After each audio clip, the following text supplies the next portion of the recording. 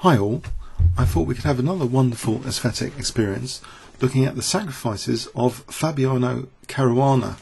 Caruana is really making a name for himself currently in 2014, the time of this video, having done amazingly well at the Sinquefield Cup, winning his first 7 games against the best players in the world. He won the Sinquefield Cup with rounds to spare. And let's have a look at his sacrifices of his career up to 2014. He may be a future world champion. Wiki indicates he's actually an American-born Italian chess grandmaster and former chess prodigy. On 15th July 2007, he became a grandmaster at the age of just 14 years, 11 months, 20 days, the youngest grandmaster in the history of both Italy and the United States. Fabiano Luigi Caruana was born July 30th, 1992 in Miami, United States, to Lou and Santina Caruana. At the age of 4, his family relocated from Miami to the borough of Brooklyn, Park Slope, New York. So that's where Bobby Fischer used to be when he was young. At the age of 5, his chess talent was discovered in an after-school chess program of Congregation Beth Elohim in Park Slope. The same year he played his first tournament at the Polgar Chess Center in Queens, New York. Until the age of 12, he lived and played in the United States, occasionally travelling to Europe and South America to participate in tournaments. His first chess coach from age 6 to 8 was National Master Bruce Pandolfini, and from age 8 to 12 he studied with GM Miron Schur.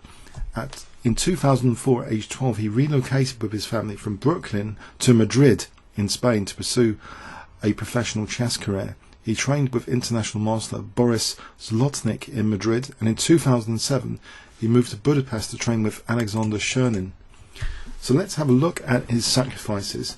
First one to show is from 2008. It was in the 2008 Olympiad in Dresden, Germany. His opponent, Emanuel Berg, 2623. Caruana was 2640. He was climbing up the FIDE rating list. And his rise has actually been very consistent each year since 2008. So here, Berg played knight d7. If I give you 5 seconds to pause the video, what would you consider playing here? So 5 seconds starting now to pause the video. Okay. This pawn chain looks a bit fragile, doesn't it? There's a slight weakness of the last move. The queen has just been interfered from protecting f7. It's actually pounced on. Knight takes f7. So some immediate things to note. Okay, what if bishop takes g3? If bishop takes g3, actually f takes g3 protects the knight. So a case for taking away from the centre, just protect the knight. Black can't tolerate that. So black took with the king. And now the point of knight takes f7, it's in the follow-up. The follow-up is often more important than finding the move. Anyone can guess a move of any puzzle. It's the follow-up continuation, the reasoning behind the move that you've chosen. That's the key thing here. What was the idea of knight takes f7? It's equally spectacular, in fact, visually. So 5 seconds here to pause the video.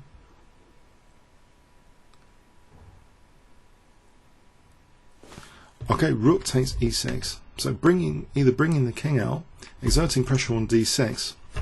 How does black want to react? Well, black in the game played knight c5. If, say, bishop takes g3, then I think we can throw in this rook e7 check. And this, again, is really horrible. If king here, black gets shredded, rook takes g7, queen e7 check. And it's a forced mate, actually, this position here. After f takes g3, again capturing away from the centre. There's a lot of perks, and there's actually forcing a mate here. Black has to put stuff in the way. It's technically getting mated, for example, like this. So yes, pretty nasty to allow rook e7 there. If king takes, here bishop c4 check is the key move. And there's a crossfire. You see that crossfire of the queen and bishop covering both colour complexes. So it forces basically bishop d5, and then white can actually use this pin with queen e4 check. This is really crushing. For example, like this. Here, strongest is apparently queen d4, creating another pin. Bishop takes d5. This is a really crushing position because f4 is now going to celebrate that pin. Here, for example, if queen c5, we can play check, and you see this crossfire is so destructive. If black's forced to play g5, then here bishop takes e5, say this, queen takes h6 as a mate in 2 now from here. So very, very dangerous for black's king safety in these variations. So fascinating stuff from king takes e6 if that was played. So bishop c4 is the key move, protected by the queen, creating that lethal crossfire. So in the game you see knight c5. So at the moment, okay, given the rook hasn't been sacrificed, it's just the knight taking away 2 pawns. So 2 pawns for the knight. But here we see now rook takes d6. Engine suggests this is a great position. There might actually be another resource, queen h5, which might be even good as well, even better. But we'll go with the game continuation. Knight c5, rook takes d6, creates another nasty pin here. So how is this celebrated? We see queen f4 check, so the king has to go towards the centre now to protect d6. The rook's pinned. So it actually goes to e7. We see check, king d7, maybe slightly better as knight e6, but black is in a bad state anyway here. Now this allows that kind of visual crossfire to continue here actually. Bishop b5 check, we've got this visual light and dark square crossfire against the king. So bishop c6, queen f5 check, not letting the king escape to c8. It would love to go and hide like that. Nope. So now we've got 3 pins actually fantastically set up. We've got a pin here on c6, we've got a pin here on e6, we've got a pin on d6. Have we got enough pins now to be getting on with in this position? Can we start actually exploiting them? An immediate temptation you might have here, apparently what Fabiano played here was the best move from my engine point of view to take here. Now let's just quickly check out queen here. King c8 and the king runs. The king's about to run to b7. If we take here, this is actually bad news for white. So accurate play needed here. So we see bishop takes d6, queen takes d6, and now the beautiful final move of this, absolute tactical masterpiece really in exploiting, creating loads of pins and exploiting them. What do you think the final move here is if I give you 5 seconds to pause the video?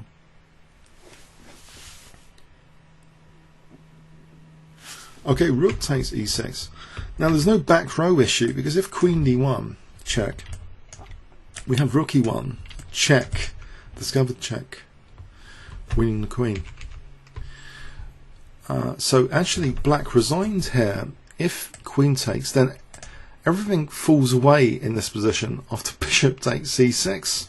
This poor rook, which never said anything, did anything during the game, is now humiliated. It's been exterminated on its square, and it hasn't even moved in this game because now if the king moves, then we just take here, and then we take that poor rook, and we're a bishop up. What a game. What a game. Finishing off with rook takes e6. I hope you enjoyed that one.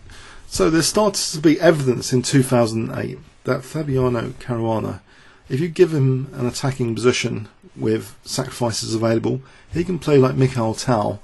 This is like 2008. Let's go on to another example now. A bit later, 2012, playing against another kind of child prodigy from the Netherlands, Anish Giri. Very interesting game here. In this position, Giri played f6. Now white could play a normal looking move here, knight g4. But you'd expect in this video there's something cleverer than that. White is okay. The evaluation's about equal here. The knight could come back later. Maybe if needed. White can play for a4. There's an issue here about these pawns. They're quite good potentially. I mean, with a4 maybe b4, and black's not doing too badly. But no, we see in this position something rather spectacular and special here. If I give you 5 seconds to pause the video, what would you play in this position, starting from now? Okay, bishop takes a5 was played. The knight is pointing at c6 right now. And that's the basis of undermining the whole structure here, b5. If we can get c6, we can get b5. Something to bear in mind. And this battery wasn't just for the queen to go over there or put pressure on h4. It's putting pressure on both sides of the board, actually. It's rather special, actually, on queen e1. Doing so much work here on both sides of the board. We see rook takes a5. And now knight takes c6, exploiting the fact that the queen's on the rook. So a bishop for 2 pawns, but with the rook now attacked, that goes back 3 pawns for the bishop. With the 3 pawns, we can see an upcoming pawn avalanche now on the cards. Bishop e6, a4, f5, and the game actually continued quite a bit from here, but that was the spectacular bit. So can white consolidate this? Let's just see the rest of the game. Queen d2, d5, so black's getting a bit squashed. Rook ac1, b4. It's logical for the pawns to come after eliminating black's pawns on the queen side. d6, squishing in the centre.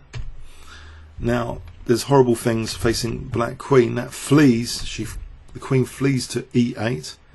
Knight e7. Bit cheeky here, but there's loads of pressure on d7 if this pawn is taking here. The d7's horrible pin there. Nasty pin to deal with. Bishop e6. Rook c7 exerting more pressure on the pin. So the queen can't leave that d7 pin without dropping d7. Rook h7, rather awkward defense. Knight d5, now threatening knight takes f6. Bishop d8, black's very passive. Rook b7, so we've got a pin this way and we've got a pin this way as well. Rook c8, a5, as though this pawn might be interested in queening one day. King g7, an absolute pin now, not just a relative pin. It's legally bound to stay there now, that knight, absolute pin. a6, the king makes it an absolute pin now with the rook. Now there, the king's actually protecting that rook. So, but a7, is this pawn really dangerous? That's the question now. Queen f8, knight e7, attacking the rook here. Knight b6, offering that rook, but it can't be taken because there's a pin here to b7. That knight d7 has cheekily pins the e7 knight. This would throw away all the advantage to take here, I think. Or a lot of it. Not all of it. Actually, white is still better here, apparently, after d7. But even better. Okay, another better move, I think. Queen f2. The engine suggests queen e1 along the same lines of hitting h4 in this position. h4 is now an issue. The knight has actually interrupted the protection of h4 here. We see rook f7. What else to defend h4? If queen f6, in this position, well, b6 can be taken, for example. That's good. There's other moves. So let's go with the game. Rook f7. Queen takes h4 check. Queen g5, now on g6. Bishop d5. Queen takes g6 check. Queen h5 check. Knight takes f5 check. Black is being eaten here on the king side now. After knight e7, in fact, Anish Giri had enough of this game. He resigned here. If he played on with king g7, then f5, now with f6 coming up, is really horrible to face. For example, here we can just take this, and it's check. Pardon me, it's check. That's pretty horrible, that f6. It's very difficult to do anything about it. So much pressure is actually exerted on the king side here. So a spectacular game continuation again in 2012 there. That initial sacrifice after f6, making the game very, very special to take on a5 here. Now this next example is against Magnus Carlsen, who had just played queen f1 in this position. move queen f1 had just been played. Very dramatic game up until this point. Magnus earlier had sacrificed a bishop on f7.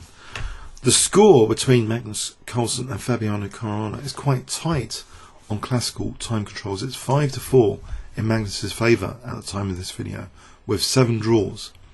If you include rapid or exhibition games, then it more heavily favours Magnus, who's beaten Fabiano 13-6 with 7 draws.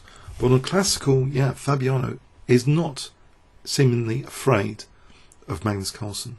Some super grandmasters actually have very bad scores against Magnus, most notably Hikaru Nakamura, who has never beaten Magnus on classical time control, although came very, very close once.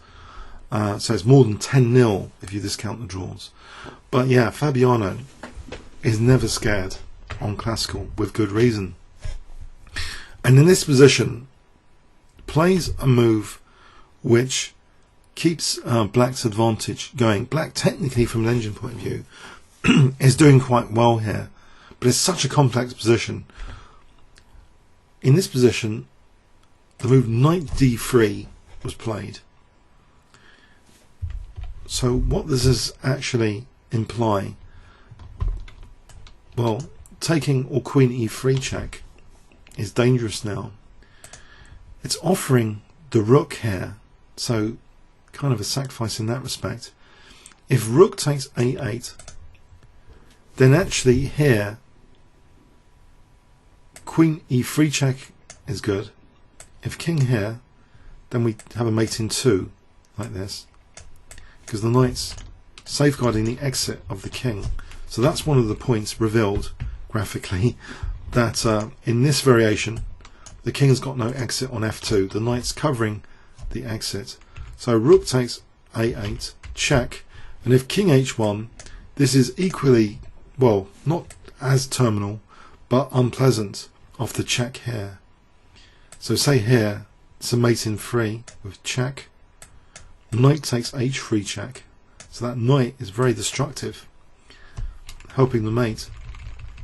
So the knight had just come from the queen side, and you can see what an impact it is having on king safety by coming to d3 after rook takes a8. Very destructive, either queen e3. Well, queen takes d2 is also dangerous, but queen e3 I think is the most incisive here, celebration of that knight coming. That's the main point. So the knight is taken, and basically that allows rook takes f8 here. So black's keeping the advantage in this very complex position. After hg, it looks a bit strange to have trebled pawns on the chessboard, and it also looks strange to have this knight on h8. No rush to take the knight is shown with queen takes g4. The knight's not actually going anywhere. And even the discovered check, which would seem to celebrate the knight, it doesn't really do much here. It wasn't chosen by Magnus. We just take the knight. So here knight f3 was played by Magnus, and the game continued with queen takes g3. Check now, which probably didn't help Magnus that much, but black is by this stage better. That knight d3 move had helped guarantee a really good position for black. The problem white faces is that the bishop is actually very good on the dark squares, and the rook can switch in quite easily on these attacking locations if the knight didn't come to f3 to safeguard h4. But even here, so this check, this is still very dangerous now on the diagonals. Bishop b6 check, king h1, queen g4, expressing either taking or queen h5 as an interest. Queen d6, hitting the rook, protecting the pawn. But now rook d8, queen e5, and now very accurate move, rook d5, so the rook can actually swing like this. Very dangerous that all the pieces seem to be against white's king here. Check. Now e7, check. Now rook d1 is actually winning a piece, and essentially the game after taking knight f1, taking, check, queen g1 check will win this pawn, so Magnus resigned. For example here, check, and we can take this pawn, bishop up. So the fantastic knight d3 here, really good move. If the ordinary move rook takes f8 has been played. Here, queen takes is actually technically still good for black. It's another way of playing the position. If black continues, bishop takes h3. Apparently this is good for black as well. Of course, engines see everything. For the engine to look clever, it's having to sift through, by the way, millions of positions, so it comes up with this continuation as well. But as humans, you know, knight d3 is a very, very good move as well. Knight d3 in this position, very difficult for white to play.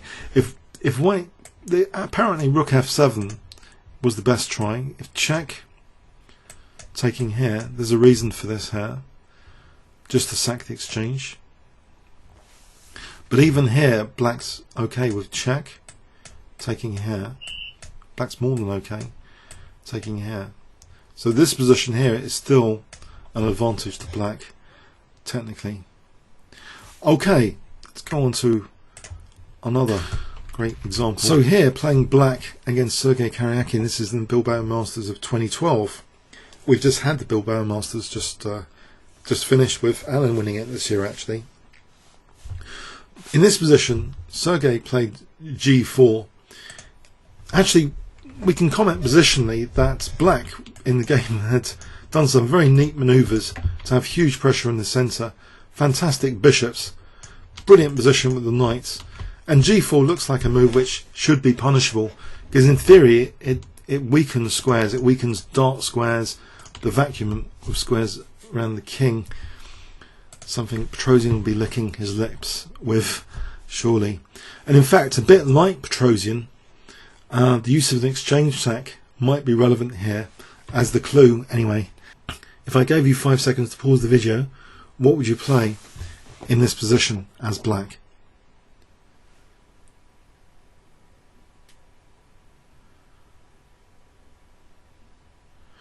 Okay, now the engine move is slightly different. Bishop takes d2 here. This is the engine suggestion, so give yourself some points for this as well. This is good for an advantage. But it's more dramatically played with knight takes e4, and this is good for black as well. So knight takes, rook takes, so sacking the exchange here. So with that we see an increase in light square control, and potentially with both bishops, if they gang up together, they'll be almost mating the white king. We see that on many occasions in Karpov sacrifices, that the bishop here can not only dominate the board, but they kind of set up a mating net, often in a lot of cases, if they work together against the king. So queen c2, the rook is now protected. Rook g1 now is played. Black might actually be threatening things like c4, or even rook e5, actually. Not afraid of the exchange sack here to get this bishop on that diagonal. If this knight is taken away, then knight h4 will be strong. So rook g1 was played. And guess what? Guess what was played in this position, if I give you 5 seconds to pause the video. Okay, rook takes e3. So we can think when we're sacrificing the exchange, we're trying to get access more intensity on a certain colour complex. The dark square colour complex here is increased. So it takes, queen takes e3, hitting the knight. Very difficult position for white. The engines really like black here. Rook bf1 was played, but what else? If rook g3 as an example, in this position, c4 is very good. There's no discovery on the queen. It's not very nice to discover anything on the queen because of bishop e5. These bishops are lethal, and especially this dark square bishop. After c4 takes, bishop takes c4, black is now threatening b3. This pawn is also going to be horrible. So rook g3 doesn't seem to fare very well here. So we see this rook f1, rook bf1, offering bishop takes f1. Although that might be good, bishop e2 is played, trying to nudge this knight away so we can get this bishop e5 and dominate this diagonal. Horrible position for white. Apparently one of the best moves is to give up the knight with queen c1. So just taking, this is horrible, black's +5 anyway there. So what was played instead was queen f5, and now we see bishop d3. The queen hasn't got many useful squares. If we throw in a check, the king just moves, and well, let's see. And in this position, black has knight h4 on the cards, with the idea of bishop e5 and bishop e4, which literally, as I mentioned earlier, if the bishops cover both colour complexes, they're almost mating the white king. Just to illustrate that as evidence, say this variation, check, and here we see queen g3 is mate. Even if it wasn't queen g3, we can almost mate with the bishops. Almost like this. Okay, so it's a very precarious position indeed. Queen d7 was played, and now bishop e5, check. It doesn't help to take here. Queen takes e5 check, and bishop e4, and the queen's doing the job of the dark square bishop to help make the black king, sorry, the white king. So rook g2, for example. Here, knight f4 is strong. So after bishop e5 check, we see king h1, but now bishop e4, and both bishops are pointed at the king. So even from a positional angle, it looks aesthetic that they're working together. And actually, white has had it here. He plays a check. After knight f8, he resigned. There's really no defence. The queen's actually shut out of the action here, not able to help defend the king. Was the objective really mating the king or dominating the entire position and the centre? Well, both were achieved there, leaving white defenceless. In our next example, this is a cute little finish actually. Fabiano is playing against Ruslan Ponomaryov in the Sparkassen Chess Meeting, Dortmund, Germany, 2014. In this position, bishop takes f7 being played. So can you try and work out what white plays here if I give you 5 seconds to pause the video? So try not to just guess the first move, but also the continuation. It's very, very amazing. Okay, rook e7 was played, hitting c7 and pinning there, offering the rook. Rook's taken. And in this position, can you guess what was played?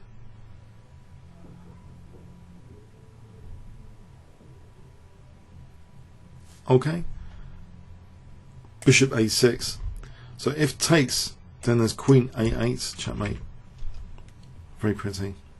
There's no defense here for black. b7 cannot be defended in this position. Wow, good stuff. It shows the tactical prowess of Fabiano. Okay, let's go on to another example. Again from the Sinquefield Cup, the recent Sinquefield Cup, an amazing game. Bishop g7 had just been played by Levon Oranian. Can you guess what white played here? You may have seen this game if you've been following the channel. So white to play if I give you 5 seconds to pause the video.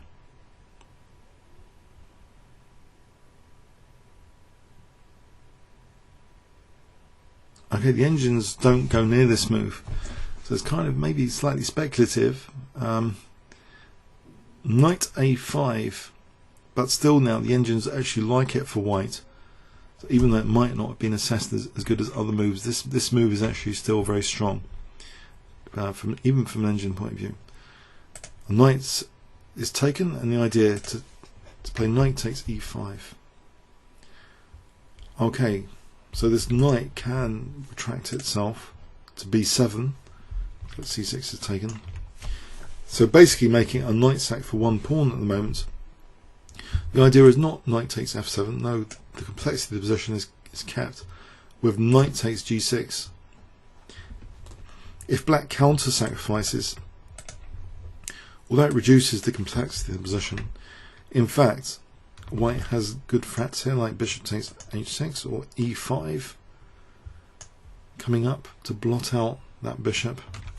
So that was not too desirable. Queen d8 was chosen by Levon. e5, rook f5, f4. So what has white got for the knight? Was it really a speculative knight sack? There's two pawns, of course, evidenced already. c5. Now we see knight h4, threatening to win the exchange. So rook h5, knight f3. Now actually queen g6 is threatened, followed by g4 to try and really win one of these rooks. That rook in particular is being victimized, basically. So king h7 stops queen g6, but queen g4 now, and we go around again to attack the rook with knight h4 this time.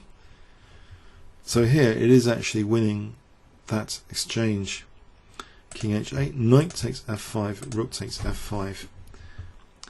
Winning the exchange, just in case you don't know, is when you sort of have to give up the rook for a minor piece like knight and bishop. It's like winning the exchange. So white has just taken off a rook for a minor or minor piece. So queen g6. So the material is more in white's favour now, if you consider also the mobility of these pawns. So queen e7, g4, f5, threatening to really squash the bishop now with f6. Queen e8.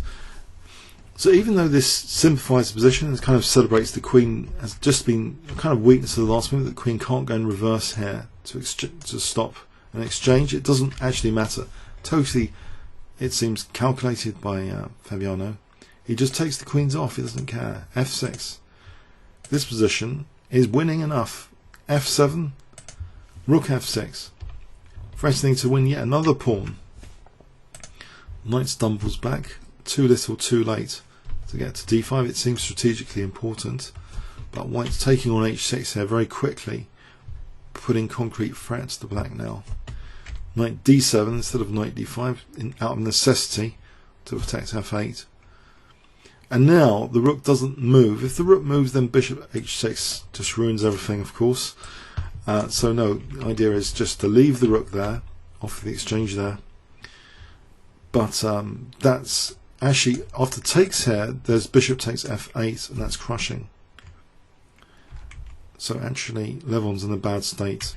Plays takes here on b4. Now he did take on h6 though. Takes king g7. Now in this position, the move rook h5 was played. As well as protecting e5, it also allows rook g5 check now, which is actually crushing. It's very difficult for black to actually meet this threat. He resigned here. If rook takes f7, then actually there's a killer move in this position. I wonder if you can spot it if I give you 5 seconds here to pause the video. Okay, rook h7 would embarrass the knights after takes here. In fact, this knight's stranded on b7. And otherwise, say knight f8, check, rook g8, and this other knight can't help its fellow knight. So if rook takes, then rook takes is just winning. It's the exchange up. a6 is going to drop. It's very easy to win that. So fantastic, speculative, seemingly slightly speculative, sack knight a5. An interesting game. It's annotated in detail on the channel if you want to check out the full game.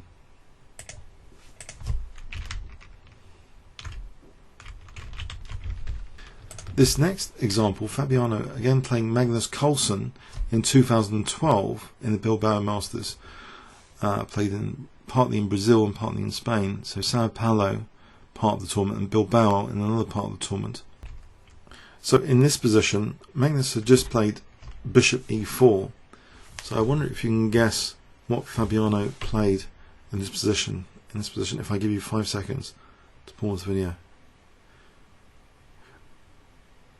Okay, technically, actually, black's doing well if he plays all the precise moves. But so here, rook takes e4 was played, which gives practical chances to white, even though technically it's actually apparently not too hot for white. Say after f5, rook b1, f6. Black apparently can play king g2, and this position is actually in theory going to be okay for black. Say this position is always e2, among other things. So it seems Magnus didn't play the right continuation here after f5. Apparently either rook b2 or rook b1. Now this looks strange, rook b2 as well. It looks strange what's going on here. The idea, king g2. So f7 is always rook b8. If king e3, then rook takes c2. And there's always now rook f2 here. So, but yeah, Magnus faltered basically. He played actually king g2. So this is Magnus' king. He's come across the board, so it's odd to have the king there. Now apparently white's okay from this position now, is equal after king e3, which is the right move. Apparently white is okay. It should be equal. We see now rook b2, and this is a mistake. Apparently Magnus should have played rook b1 or even rook b3 to draw here. If taking that actually wins for black this position, if that is taken, because that pawn is just too dangerous. It's queening pretty quickly. And if king takes e4, then apparently rook c3, very technical stuff. Apparently this is enough to draw. But Magnus actually played a different move. So rook b2, and this subtlety makes all the difference, how the precision of chess affects things. So either rook b1 or rook b3, they both draw in theory, but rook b2 actually loses now. Fabiano plays d5. After takes, now the move d6, and this bishop's actually pointing at the queening square of the pawn, and the check actually doesn't help here. We see c3, d7, rook d2, and Fabiano's queening after takes. This is bad news now. After h4, bad news for black. Here, precision is needed, I think. Or is it bishop takes h4, c2 would be winning for black. If king here, e3, for example like this, winning for black. But no, g takes h4. He hasn't taken his foot off the pedal yet for calculation. Very accurately calculated. So now, if c2 here, king d2, e3 check, takes here, e2, there's in this position, bishop a5 for example, is good enough. Okay, so Magnus tries g3. Now after f6, c2, king d2, e3 check, takes here, e2, and again the move bishop a5 just wins here. If king d2 had been played instead, then that's winning for black after king f1. The bishop's now hopeless because it's just been blocked by its own king. So accuracy needed to the end, bishop a5. So the pawn's queening here. So a very practical sacrifice there after bishop e4 to play rook takes e4. If white didn't do that, say king c2, then Magnus just carries on merrily. Say with king g2 and carries on the torture. Maybe rook b5 to relieve the bishop, so the bishop can now is free to move. In this position, black is doing well. Say king f3. I don't think white can ever take here because of c3, and it will be very unpleasant with rook b2 coming. So yeah, this potentially very, very unpleasant piece was knocked out with this sacrifice, forcing Magnus to have to play very accurately here. So first he misses his chance to win the game with either rook b2 or rook b1, and it just so turns out, the strange logic of chess, that instead of coming up rook b2 being a winning move as it was in a slightly different position, rook b2 is actually a losing move here, whilst rook b1 or rook b3 check actually draw here, funny enough. Yes, it's all in the variations, crazy stuff. But yeah, this is actually now winning for white after d5. Okay, let's go on to another example.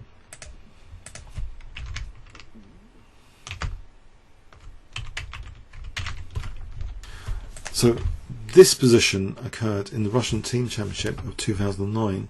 Fabiano is playing white against Artem Smirnov. So now rook f8 was played in this position. So white's got that dangerous rook on the 7th rank. Can you guess what Fabiano played? I'll give you 5 seconds to pause the video here. Okay, he takes on h6, so he creates a nasty pin here. Any check, there's a discovered check, of course, now. Attacking the queen, attacking the king. So that's taken, creating a horrible pin, an immobilized piece. Absolute pin here. And now another pin, 2 pins. Why not have 2 pins instead of just one? And there's potential pawn mobility here. It's 3 pawns, and there's only 1 pawn here to stop them. Rook e8, and in fact keeping both pins on here, very strong move e5. So now black took on h3, but it's hopeless. After king g6, can you see why it's hopeless, this position? If I give you 5 seconds to pause the video here, what would you play with white?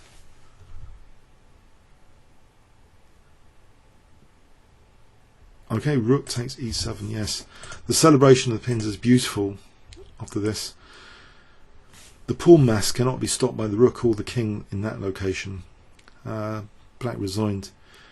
If, say, check here, say like this, we can play d7, queening, just spite checks, nothing else. There's nothing stopping these pawns. You can always gain a tempo on the rook even, and play c7. So fantastic stuff from this position to create the 2 pins. With this move, bishop takes h6. So with the rook attacking the bishop here, that's a very accurate move indeed. Very accurate move indeed. Bishop takes h6. You might think, hold on, there was a check here. Didn't really do anything, just here. And white's now threatening all sorts. Discovered checks. It's hopeless. For example, like this. That here is strong bishop c1 check for queen h6 to bring the queen there, and then even bishop b2 to dominate the entire diagonal. So yeah, had really to be taken, that bishop takes h6. Fantastic calculation for Fabiano. And we get a trend here. He's a lethal player when there's pins around, when he's pinning the opponent's pieces. Okay, in this next example from the Russian Team Championship in Dagemis in 2009, Sergey Karjakin is playing white. It looks as though there's strong pressure on this position, with rook e5 seemingly threatened and all sorts of things. So this next move by white seems to safeguard d3.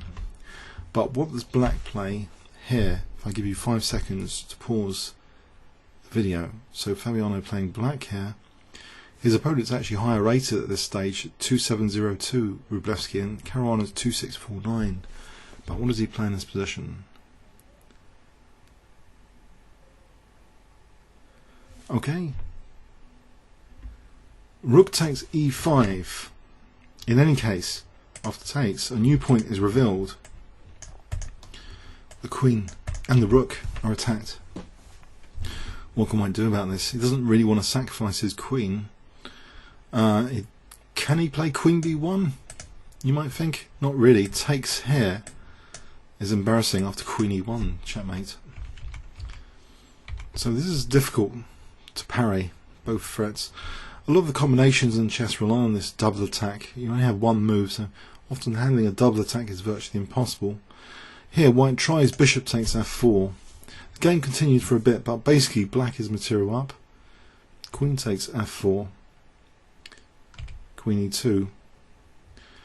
Bishop d5. So there's two pieces for a rook. At this level, it's very, very good for black.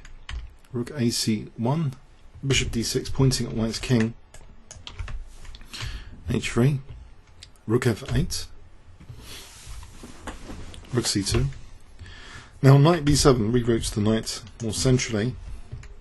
So queen a6, knight c5. Doesn't matter about the pawn, does it? It's taken though.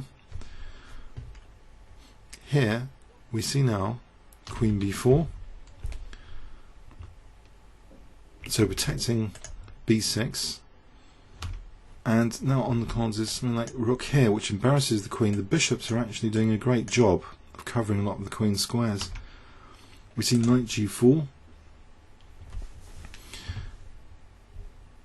bishop b8, queen e7, queen f4 here. So very dangerous for white here. cd2, h5 kicking the knight. Now bishop e5. Again, the queen's prone to harassment, but also the king's in danger a bit. The game continued a bit though from here. Rook a8, knight d3, that was taken.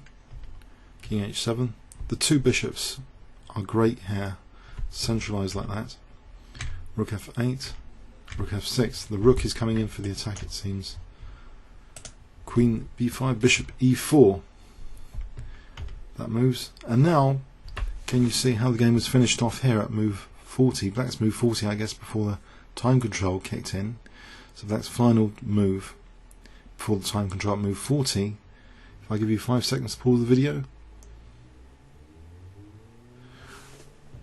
Okay, bishop takes f3. Yep, looks pretty logical.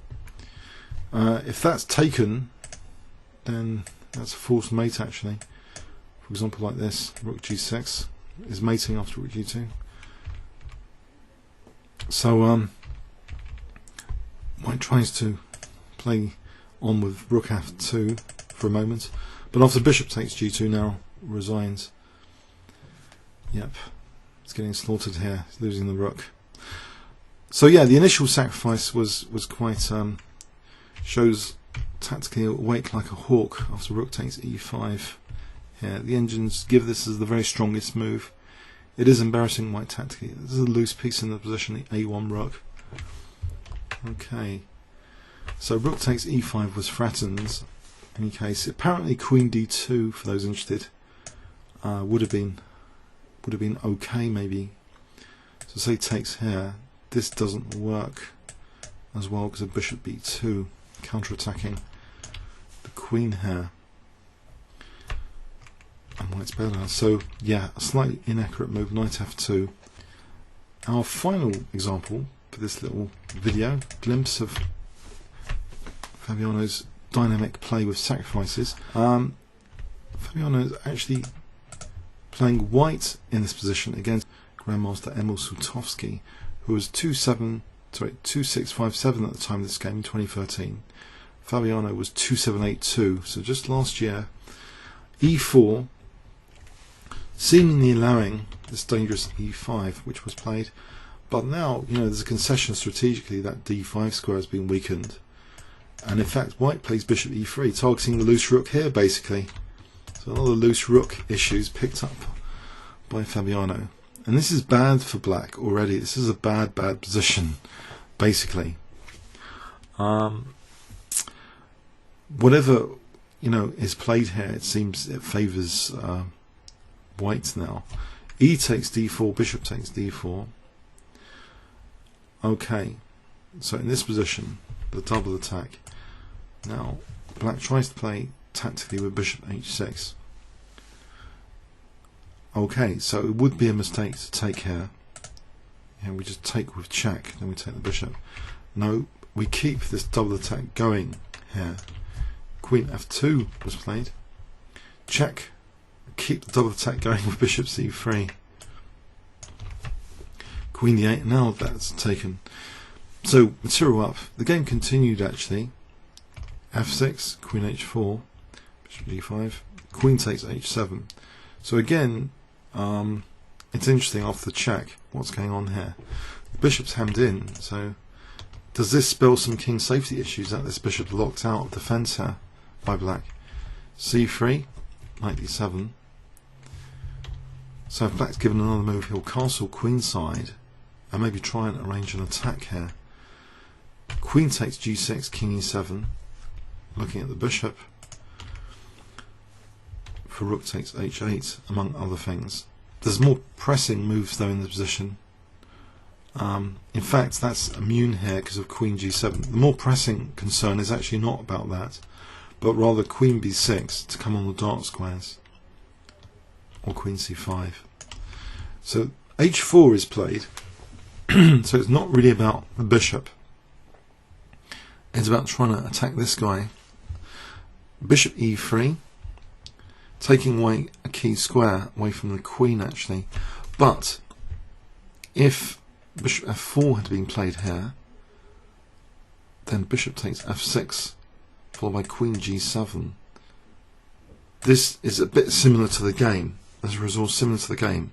So I may as well show you the game. After h4, bishop e3, bishop takes f6 here, check, and the resource g3 comes into play here for bishop h3 check.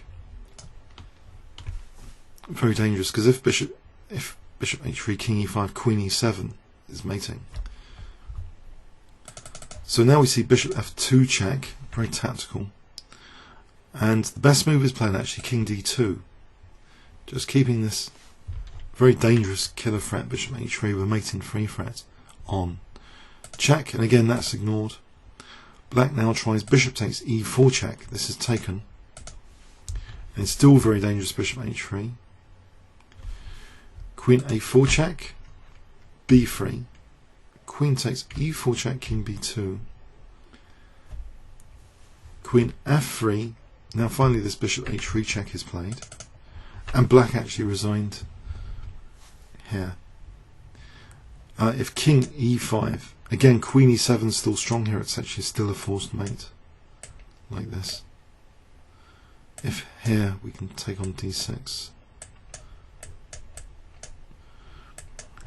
Okay, so yeah, the initial sacrifice really gave white an advantage, just allowing this e5. And okay, it seems as though there's some trouble here. The double attacks were maintained. The trouble stemming from the bishop being hemmed in was dealt with very accurately in this position with h4. That's not really a real threat of black. It's really, black is, the real concern is queen b6 or queen c5 to come into the dark squares with this bishop supporting the queen. So that's attacked, taking away e3. But yeah, this idea is crushing now. Bishop takes f6. It's absolutely crushing. If the king had gone back here, then there's nothing here for black in this position. So yeah, the king came up, but now g3. Yeah, it's crushing, basically. Very tactical encounter with Emil Sutovsky there. So I hope you enjoyed this look at 10 of Fabiano Caruana's sacrifices. Shows what a great, amazing tactical player he can be, playing very dynamic chess. Okay, comments or questions on YouTube. Thanks very much.